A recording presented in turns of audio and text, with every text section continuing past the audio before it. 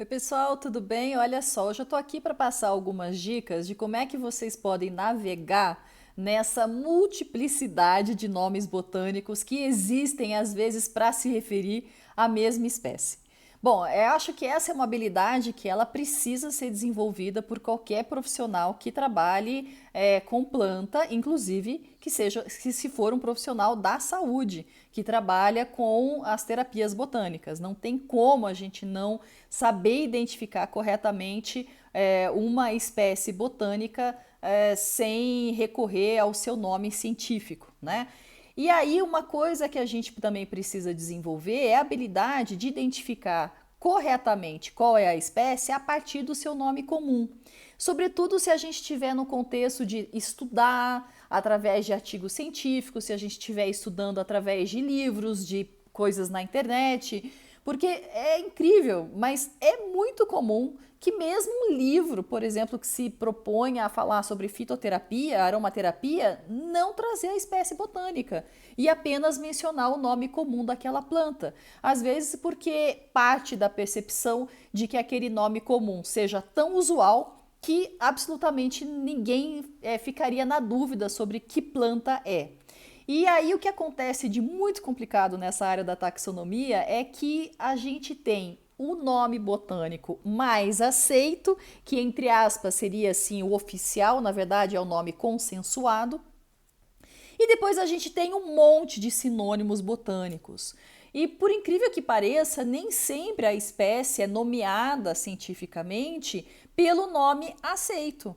Muito frequentemente a gente vê as espécies serem nomeadas por um sinônimo botânico pelo qual aquela espécie acaba sendo mais conhecida. Vocês querem ver o exemplo clássico disso? Vetiver. Né? Então, normalmente se nomeia, mesmo na atualidade, vetiver como Vetiveria zizanioides, sendo que o nome aceito é Chrysopogum, esqueci qualquer outra coisa. Isso acontece também se a gente for pensar no própria canela do Ceilão, né, que seria Zeylanicum verum, e é muito comum a gente ver Zeylanicum aromaticum, por exemplo.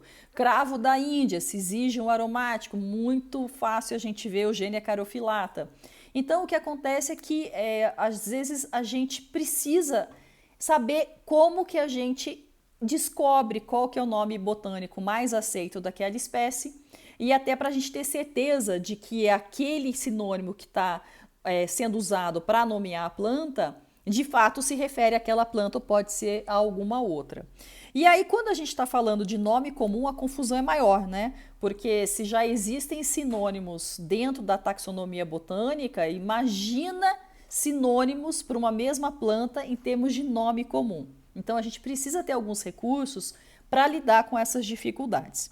Bom, assim, até mais ou menos eu acho que talvez seja 2018, alguma coisa por aí, 2017, existia um site, ele ainda existe, mas ele não é mais atualizado, que se chamava The Plant List, que era um consórcio de jardins botânicos capitaneados pelo Kew, na Inglaterra, que talvez seja o mais importante do mundo inteiro, e lá eles congregavam todas essas informações sobre taxonomia. E aí essa base de dados do The Plant List migrou para um site que é hoje o site que funciona, que é o site World Flora Online. Então é WFO, é a sigla desse site, mas quando você vai buscar no Google é worldfloraonline.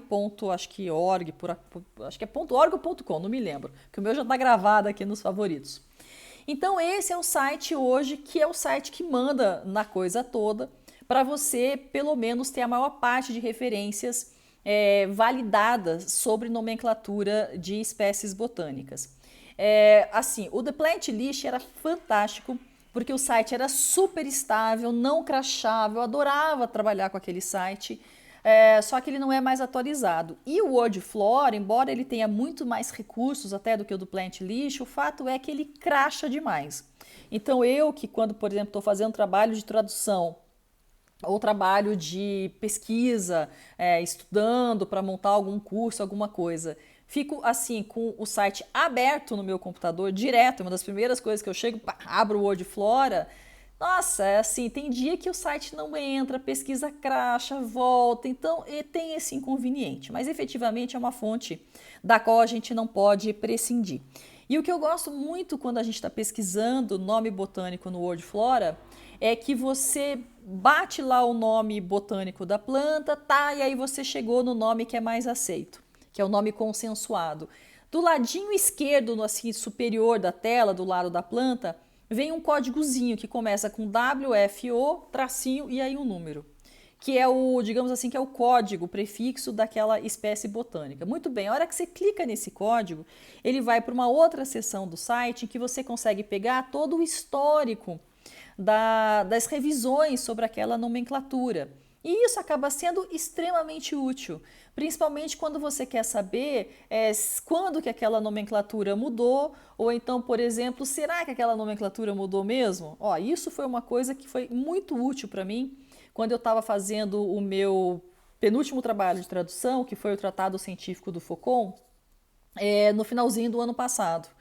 E aí então tava com aquela coisa de que nas redes sociais estava todo mundo dizendo que o alecrim da horta, Rosmarinus officinalis, tinha mudado de nome, que agora é Salvia rosmarinus, não é mais Rosmarinus officinalis, é Salvia rosmarinus, aquela coisa toda.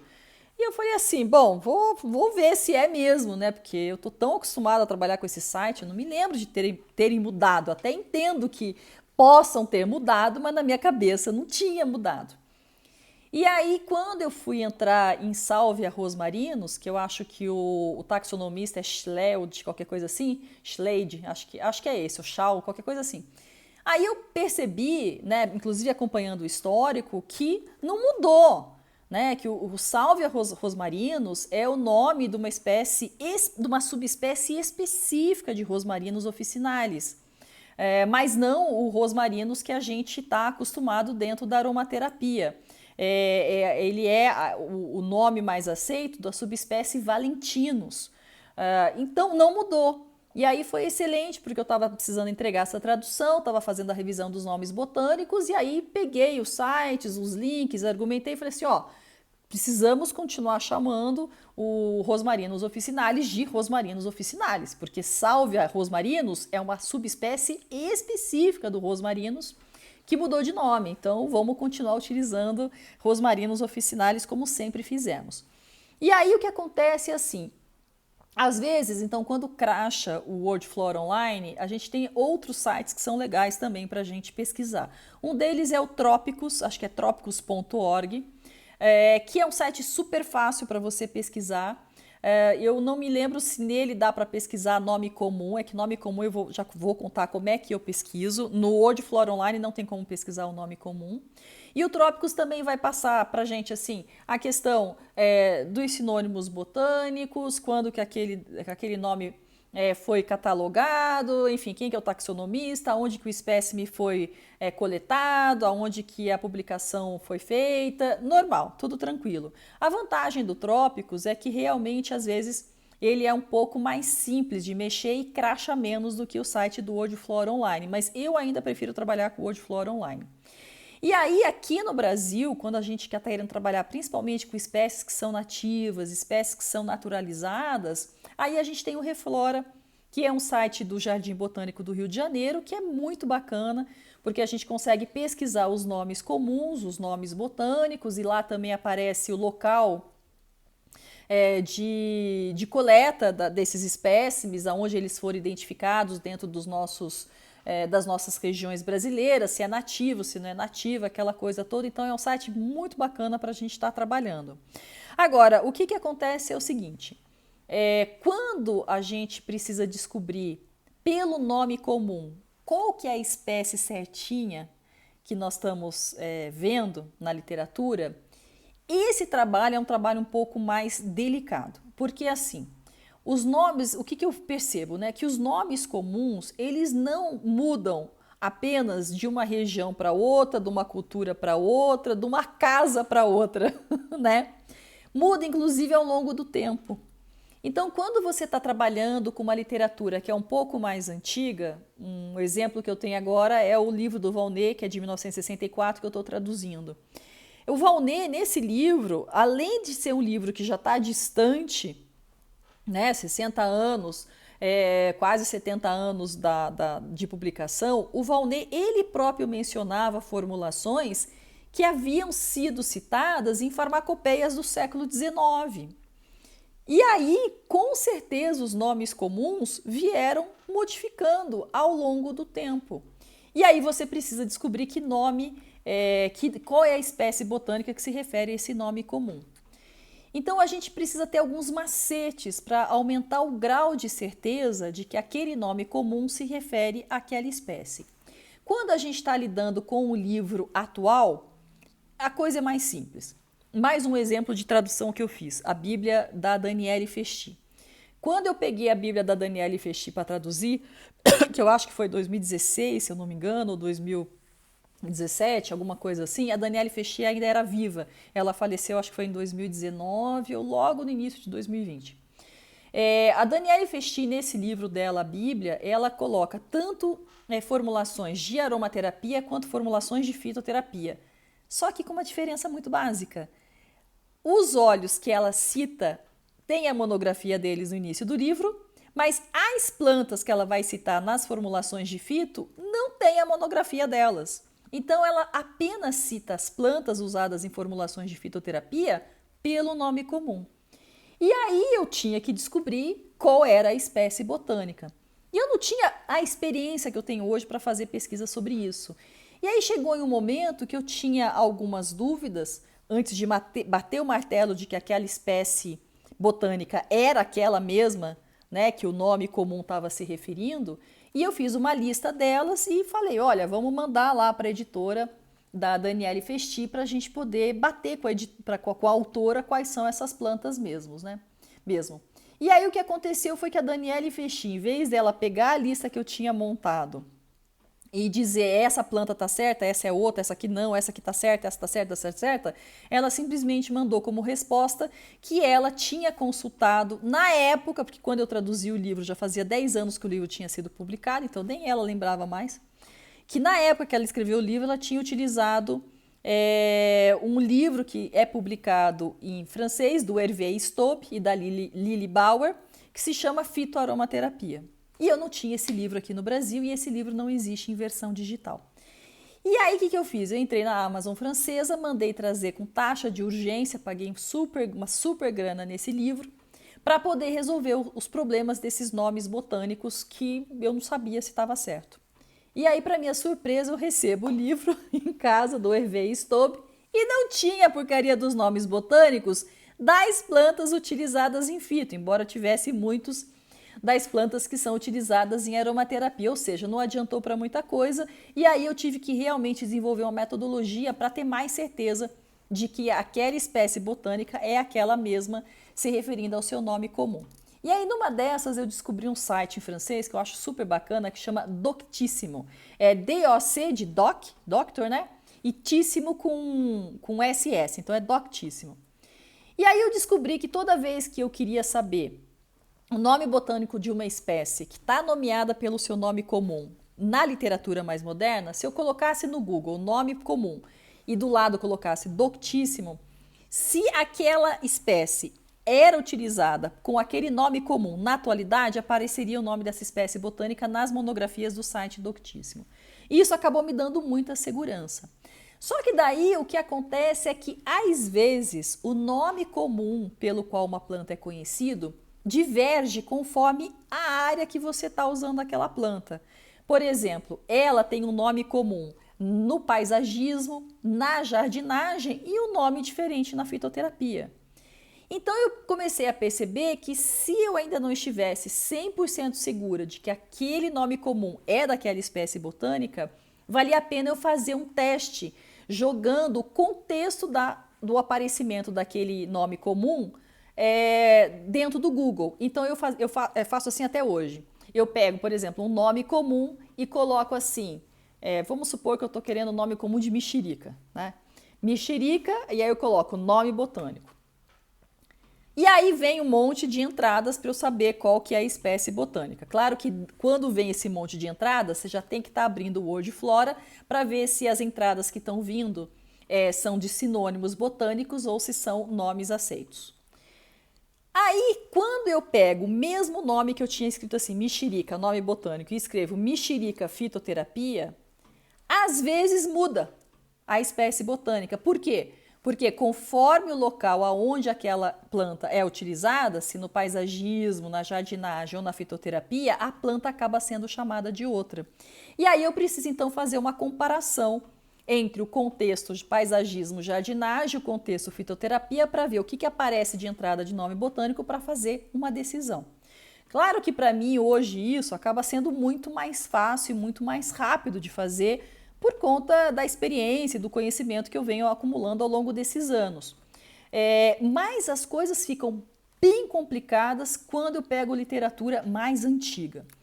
O caso, eu tenho alguns exemplos para passar para vocês, no caso da tradução agora do Volney de 1964 que eu estou fazendo. Então, como eu disse, ele coloca no livro dele formulações que apareciam em farmacopeias do início do final do século XIX, início do século XX lá na França. E aí, numa dessas formulações, aparecia lá a planta cujo nome comum é galanga, que na minha cabeça seria a colônia de Java, né? Só que daí, como eu conheço as propriedades da colônia de Java, como eu estou vendo aquela formulação dele, eu falei, cara, tá muito estranho, eu não vou bater o martelo que isso aqui é colônia de Java. Não sei se é, né?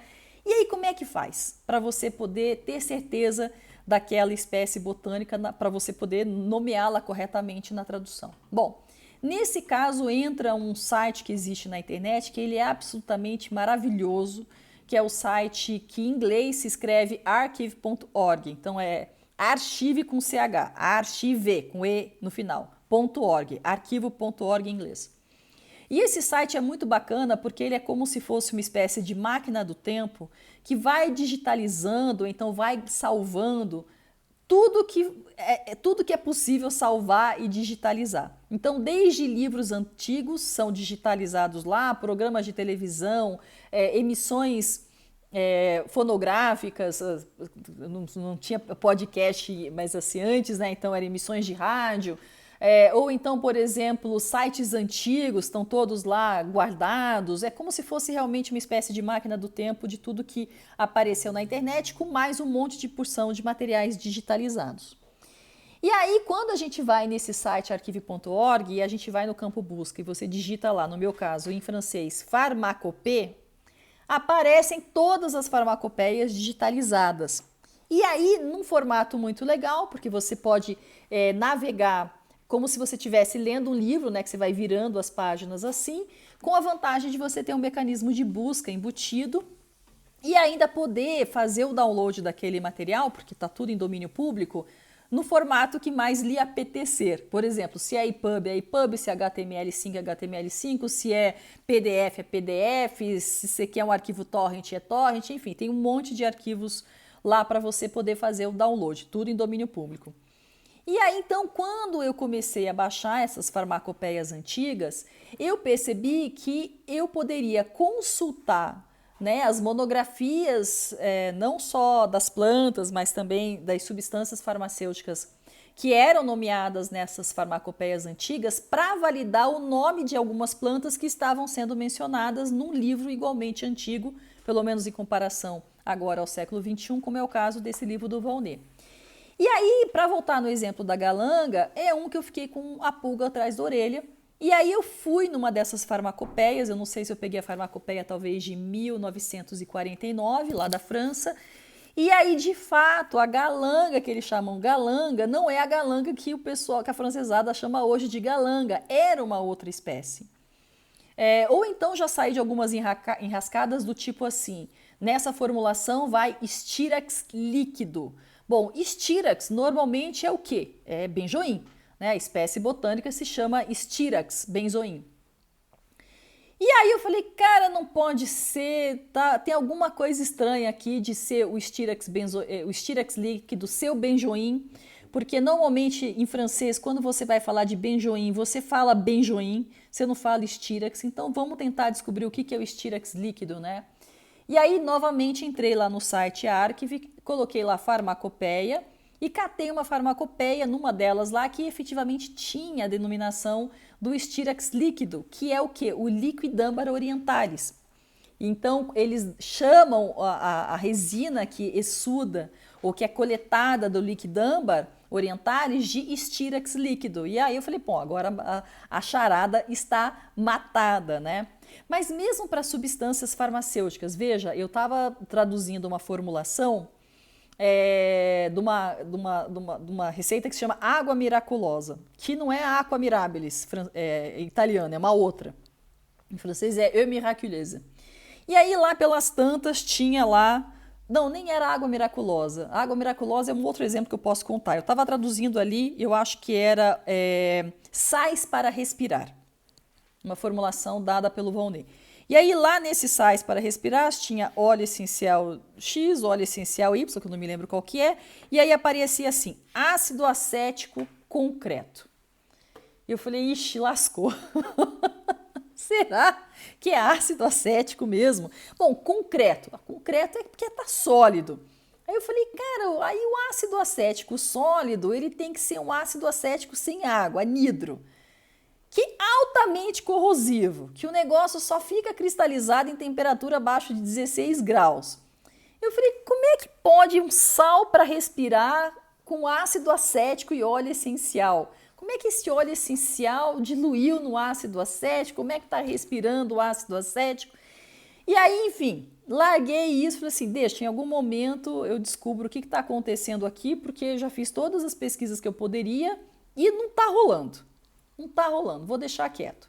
Passadas 442 páginas depois, tô eu lá pesquisando numa dessas farmacopeias antigas e resolvo colocar assim no busca. Vamos ver se aqui aparece ácido acético.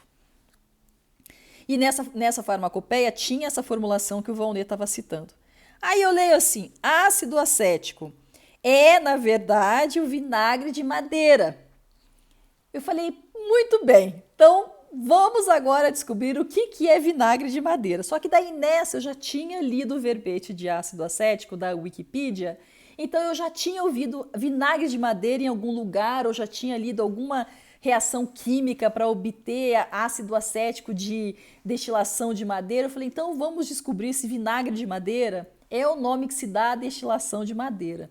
Destilação destrutiva, que é aquela sem água. E já tinha lido que talvez vinagre de madeira fosse ácido pirolítico, alguma coisa assim. Piro é de queimado, né, de fogo.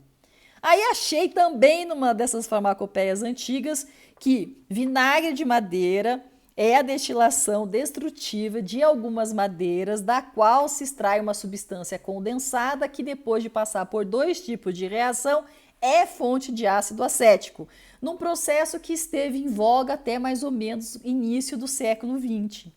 E é uma substância líquida.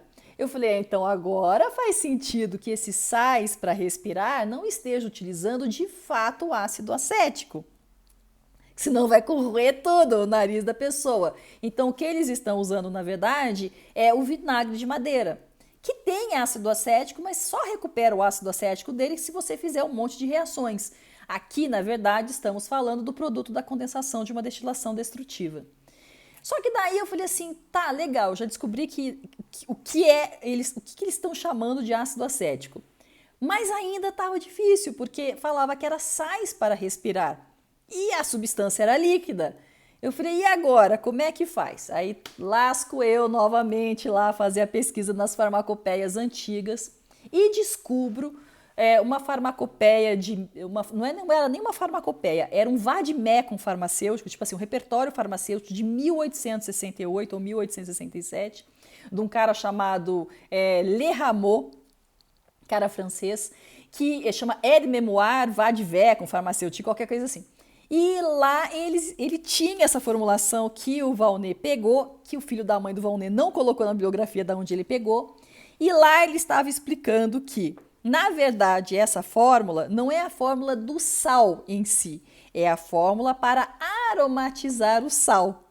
E aí o sal era feito com, não era amoníaco, era qualquer outro sal, aí algum sal de potássio.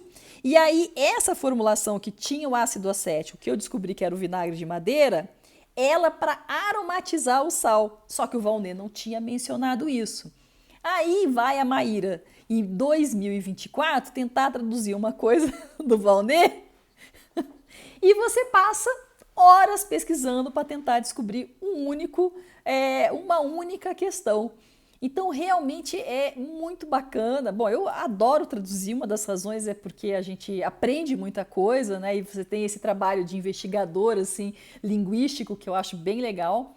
E é por isso que a gente acaba desenvolvendo vários recursos de pesquisa para a gente saber aonde encontrar as questões. Agora, tem problemas que aparecem quando a gente está lidando com nomenclatura de botânica, nome comum de planta, que você esquece, você não vai resolver.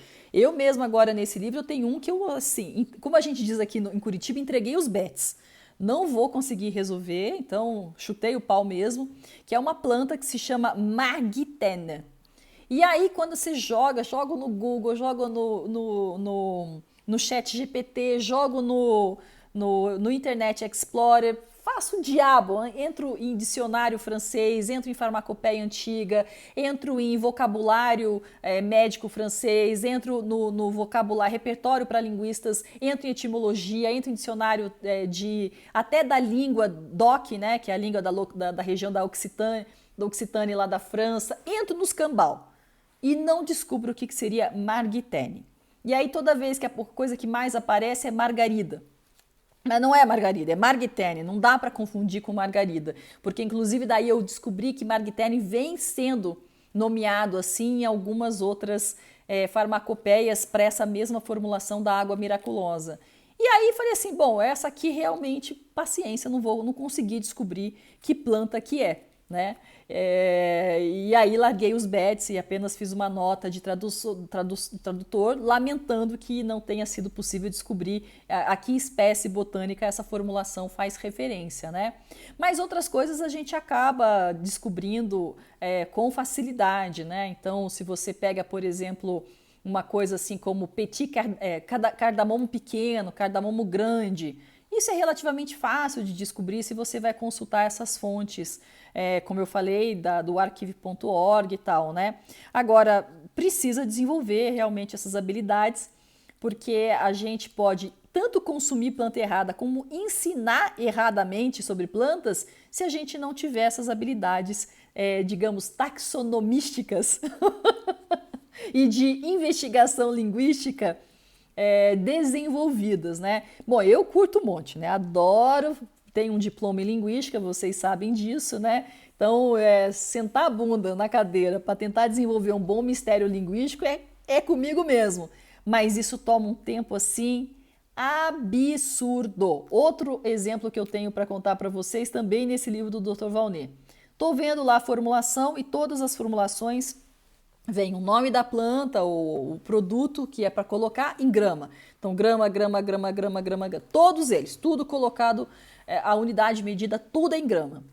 E aí, pelo meio das tantas, surge uma formulação que um determinado ingrediente, em vez de grama, é número, né? Então, é o N, aquela bolinha que significa número, e o algarismo, número 3. Eu falo, caramba, e agora, né?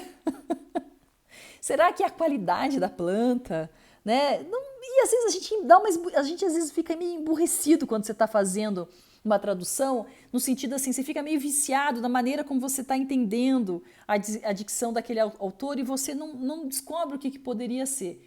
Por que eu estou falando isso? Porque a hora que eu disser o que significa número para vocês vai ser uma coisa óbvia, mas não é óbvio até que você descubra. E aí eu tinha duas formulações assim, que esses dois ingredientes tava sempre assim, grama, e número 3 e número 5. Eu falei, não sei o que é isso, vou deixar e uma hora aparece a solução. E aí eu catei uma dessas farmacopeias antigas, descobri que lá tinha essa mesma formulação, que o Valnet referenciou, só que daí na farmacopeia não era número que estava escrito, era assim, 3 unidades, 5 sementes, 4 folhas. E obviamente que eu não me toquei que esse número 3, número 5 que o Valnet estava usando era para unidade. E aí a hora que eu vi isso, eu falei, caramba, meu, não acredito. Descobri! Aí é como se você tivesse ganhado na loteria, né? Aquela sensação de satisfação por você ter desenvolvido um mistério de tradução, ele é indescritível, né? Fico rindo comigo mesmo. Falei, caramba, meu, era isso. Pô, que sacanagem, né? Então eu sei que, olha, vocês tenham certeza de que pelo menos eu posso falar apenas por mim, mas acredito que todo tradutor que ama o que faz e é sério tem essa mesma dedicação que eu. São horas de pesquisa para entregar uma boa tradução de um livro de aromaterapia, como esses tantos que eu traduzi, né? Estou indo para o 10º agora, para a editora Laszlo. E mesmo nos materiais que eu produzo para os cursos de aromaterapia da minha escola, Casa Mai, existe um trabalho de pesquisa intenso por trás. E eu queria apenas compartilhar então um pouquinho disso aí com algumas dicas de como que você vai navegar por esses nomes botânicos. Isso porque eu nem falei como que vocês vão pesquisar figura de planta, que é outro enroscadíssimo dentro do Google, principalmente depois que a rede social Pinterest ficou muito famosa, porque o Pinterest é uma desgraça, né? As pessoas só ficam replicando as imagens da outra. Então eu me lembro que há 10 anos atrás, quando eu ia pesquisar a imagem de planta no Google, não vinha resultado de Pinterest, e depois com os anos vinha 1, 2. Hoje praticamente só vem Pinterest. E quer pesquisar a imagem errada de planta, você está no Pinterest. Então eu vejo muita postagem em redes sociais e mesmo em livros, que você vê a planta, você tem certeza que não é aquela. Uma que acontece com isso é ylang-ylang. Ylang-ylang tem duas variedades de ylang-ylang. Tem uma que a folha é bem flexível, comprida e curvada, faz curvas assim como se fosse um cacho de um cabelo. E tem uma outra que a pétala é mais durinha assim e ela é até meio assim fundinha, como se tivesse bordas enroladas. Que não é a Cananga odorata, né? Da variedade que a gente utiliza, genuína. E, pai, a galera tá nem aí. Outra planta que sempre pegam foto errada, bergamota. E não tô falando assim de confundir bergamota com mexerica, tô falando de catar lá uma bergamota toda enrugada, que não é a bergamota que estão utilizando para poder fazer óleo essencial. Outra planta que também quase sempre pegam a imagem errada, camomila romana. Pelo menos a camomila romana que dá óleo essencial, que é uma camomila romana de pétala dobrada, né?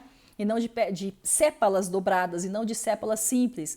Então, assim, mas isso aí é outro vídeo para eu ensinar como é que faz para pesquisar imagens corretamente dentro da internet, para você ter mais certeza do que você está fazendo, né? Já ensino na formação para os meus alunos a fazer esse tipo de pesquisa e o material que eu produzo da Casa Mai assim, eu tenho certeza da qualidade que eu estou entregando para as pessoas, porque eu fico horas pesquisando para ter certeza de que aquela imagem mesmo, e coloco a fonte para a pessoa poder ir e tal. Então, são cuidados realmente que eu acho que são muito especiais e que fazem da escola Casa Mai a escola respeitada que ela é, né?